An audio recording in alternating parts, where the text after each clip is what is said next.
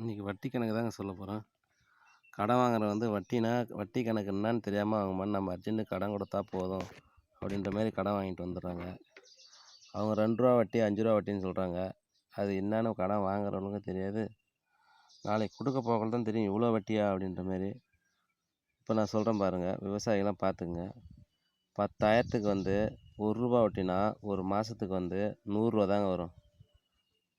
₹2 வட்டினா 10,000க்கு ஒரு மாதத்துக்கு ₹200 வரும். ₹3 வட்டினா 10,000க்கு ஒரு மாதத்துக்கு ₹300 வரும். ₹4 வட்டினா 10,000க்கு ஒரு மாதத்துக்கு ₹400 வரும். ₹5 வட்டினா 10,000க்கு ஒரு மாதத்துக்கு ₹500 வரும். ₹6 வட்டினா 10,000க்கு ஒரு மாதத்துக்கு ₹600 வரும். ₹7 வட்டினா ஒரு மாதத்துக்கு 10,000க்கு ₹700 வரும். ₹8 வட்டினா 10,000க்கு ஒரு மாதத்துக்கு வந்து ₹800 வரும். முடிஞ்ச வரைக்கும் இந்த ₹8 வட்டி ₹7 வட்டிலாம் வாங்காதீங்க. ₹3 வட்டிக்குள்ளே வாங்குங்க. அதுக்கு மேலே வட்டி கேட்டாலும் கொடுக்காதீங்க, வேணான்னு சொல்லிட்டு வந்துடுங்க. சரிங்க.